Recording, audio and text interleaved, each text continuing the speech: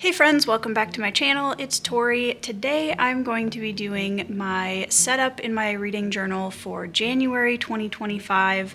I did a previous video where I did the general yearly setup. You can go watch that up in the cards. And once again, anything that I'm using in this video product-wise, I will make sure I link down in the description if I can remember where I bought it. I've added a couple of spreads to my yearly pages that I'm going to show you guys and do a couple of those today.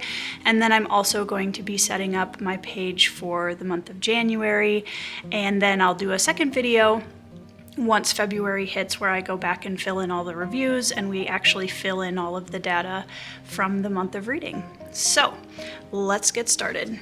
All right, so the first thing that we are going to add to the journal is A to Z challenge page. I've seen this on a couple of other reading journals and I just thought it was really cool, and I thought it would be kind of a fun thing throughout the year. It's not something that I'm going to be trying really hard to fill in, but I thought it would be fun to see if I could do as many of the letters of the alphabets in book titles as possible.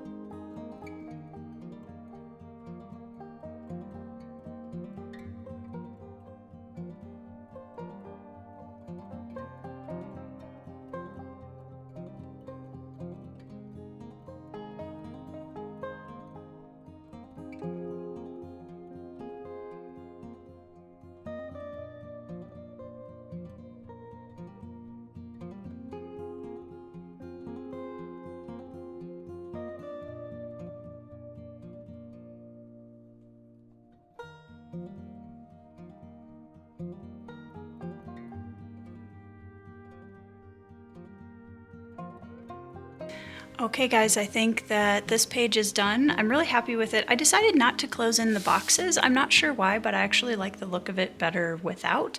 So I'll take an eraser back in and get rid of all of those top and bottom line pencil marks in a little bit, but I'm really happy with this. I decided to add the washi tape instead of just doing a blank banner up here after realizing I felt like it looked a little too plain, and I absolutely love the way that this page turned out. So let's move on to the next page, which is one that I wanted to show you guys. I added this after my setup video from last time, and I realized that I had forgotten to include a book of the month spread, and so I just sat down and made something quick. But I do really love this page. I had it in my previous bullet journal, and I just think it's really fun to have a bird's eye view of all of my favorite books of each month during the year. This doesn't necessarily correlate to the bracket that I'll do at the end that decides my book of the year. I know a lot of people pit their books of the month against each other, but for me, oftentimes I read more than one of my favorites of the year in the same month, which would mean that they'd then be eliminated if, you know, they're not in the book of the month spread. So I just kind of like to see what each month's favorite book was and kind of separate that from my yearly book of the year spread. All right, this next spread I am really excited about, you guys. It's gonna take forever to fill it all in, but I think it's gonna look really beautiful once I'm done. There was a channel that I was watching this last week called Stuff Stelline Reads, and she had done this absolutely beautiful 2025 at a glance spread. And I had seen some pages like this before, but I didn't really like any of the formats of them until I saw hers. It's super simple, super clean, and I absolutely loved it. So huge thank you for the inspiration to Celine, because I am very excited about this spread. And I think this is going to be a really fun one. Again, just kind of a bird's eye overview throughout the year that I can flip to, that I'll have all of my basic data from every month cataloged up in the front of the bullet journal.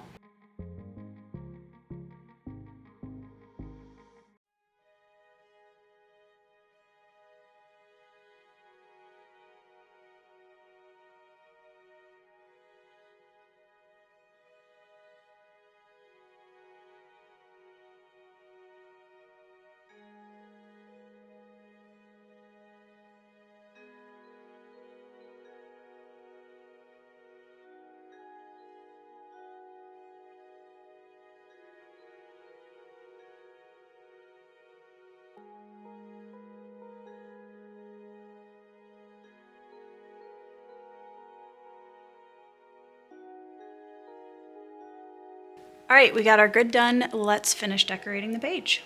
I'm gonna go back to some of my Lord of the Rings pages and add a little bit of those, I think, and we will see what that looks like.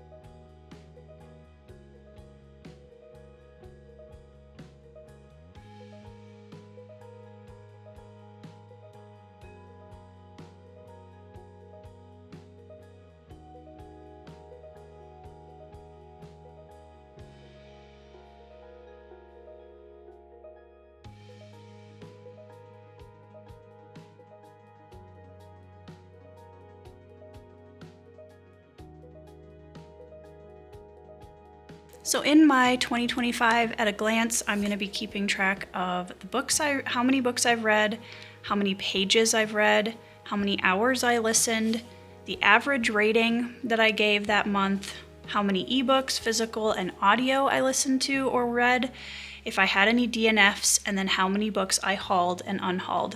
For the haul and unhaul, this is a really important one for me to keep track of this year, because I've been doing a Read Your Shelves challenge for the last couple of years, and it was going well and I was making good progress, but I wanted a way to have a more visual representation of exactly how many books I was bringing in and taking out of the house, so that I can actually have some numbers at the end of the year to see exactly how many books I added and exactly how many books I let go of throughout the year.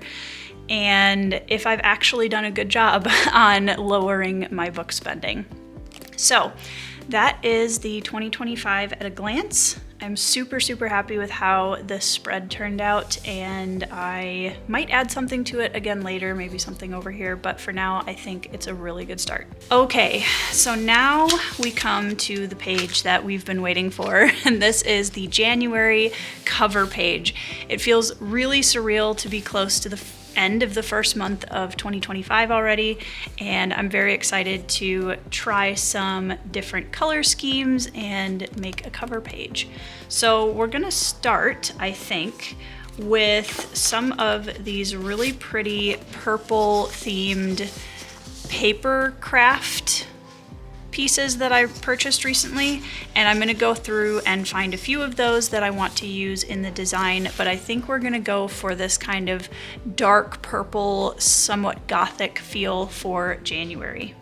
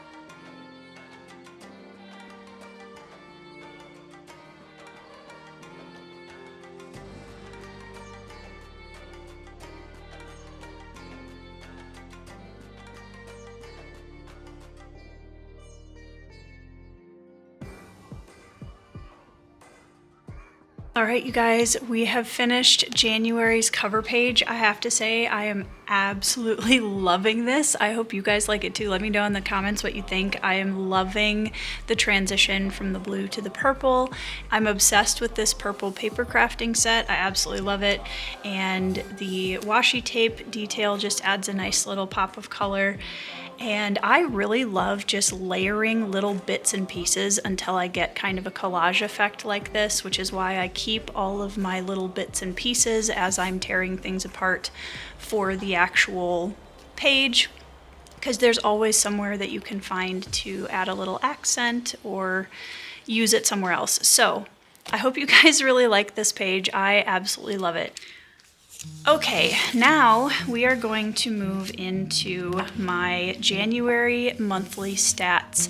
I've done a little prep work for this already, as you can see, because I hadn't ever cut out a page like this in a bullet journal, so I wanted to try it off screen just to see how it went. So to make this little interior flap, all I did was I put a cutting mat underneath the page I wanted to use. I used an X-Acto craft knife to cut out the size of the rectangle that I wanted, and then removed all of the extra page, so I have this little smaller page flap in the middle of the spread. I'm going to be using this for my hauls and unhauls during the month of January, so that I have just a nice little list that I can keep track of, but I didn't need an entire page for that, and I also didn't want to take away from the other space that I wanted to use. There were a lot of things that I could have kept track of this year, but honestly, I just wanted to keep it pretty simple and not get too far ahead of myself. I'm definitely excited to have some just basic information for each month, and I have the at a glance page, but I also wanted to have that information in each of the monthly spreads. So let's get started. I'm gonna start filling in all of the boxes first, and then I will add the headers and do some decorating.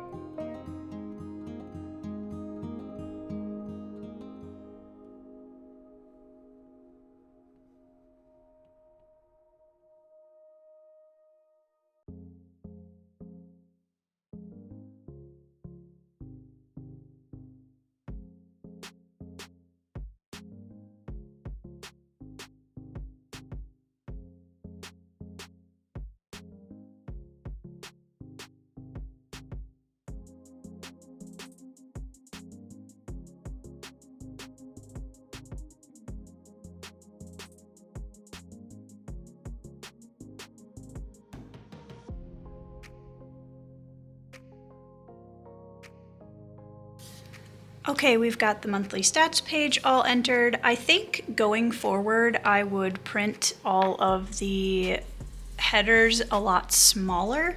I was kind of making an educated guess, and apparently I was off a little bit. It works fine, but it's a little bit big and clunky for my taste. So I think going forward, I'm going to make these a lot smaller so that they don't take up quite so much room on the page.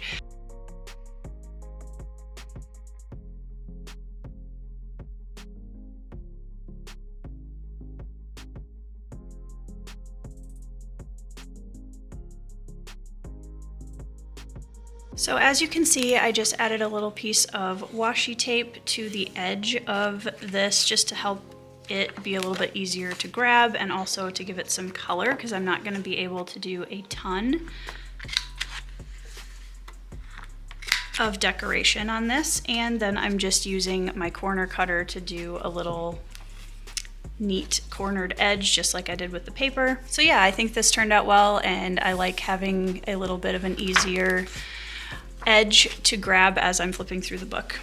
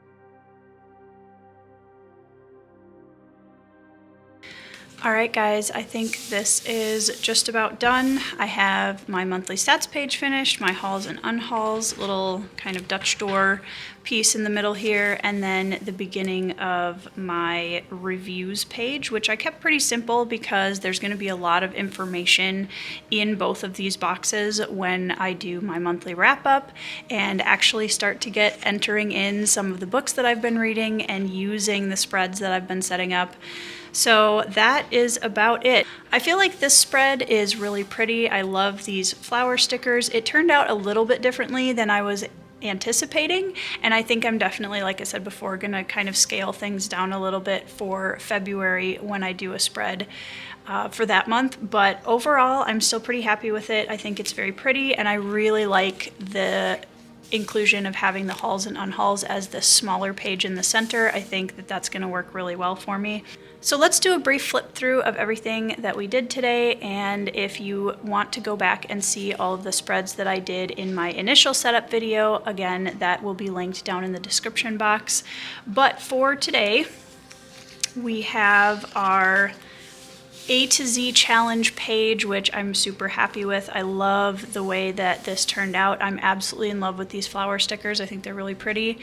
And we'll see if I end up wanting to fill in the boxes at some point, but for now, I feel like this is gonna work pretty well. This is the book of the month page that I added. I did this one about a week and a half ago, and I just wanted to kind of keep track of the different books of the month that I have during the year. And then we have our 2025 at a glance page, which I absolutely love. This is one of my favorite pages in the bullet journal so far because I love how simple the grid is and it doesn't feel overwhelming. I love this setup, and I'm really excited to be able to have kind of a bird's eye view of what the whole year looks like in December. But yeah, I think this one is my favorite page that we did during this video. Then we have our January cover page, which I also absolutely love. I love the shift into the more purple colors, and I do have a couple other packs of these kind of gothic paper crafting pages, so I'm gonna try and use those for some of the other months.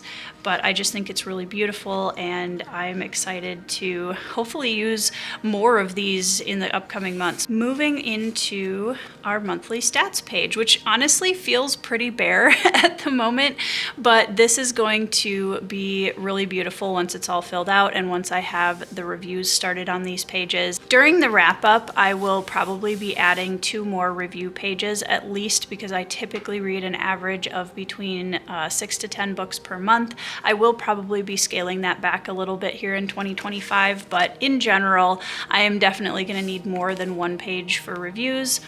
But I'm definitely going to add more of those pages as needed, and then my little haul page here is going to help me keep track of my Read Your Shelves challenge a lot better. And I also wanted to include that in my monthly stats so I know how many of the books I read were physical books off of my shelves, just because I think that's going to really help having it all on paper so that I can see it at the end of the year. Anyways, I hope you guys enjoyed hanging out with me while I decorated these pages. Thank you so much for watching. Definitely check out my description box for all of the links to my Patreon and other videos and all of my social media links. I really appreciate you guys. I hope you are having a great week. I hope you are reading some 5-star reads, and I'll see you in the next video.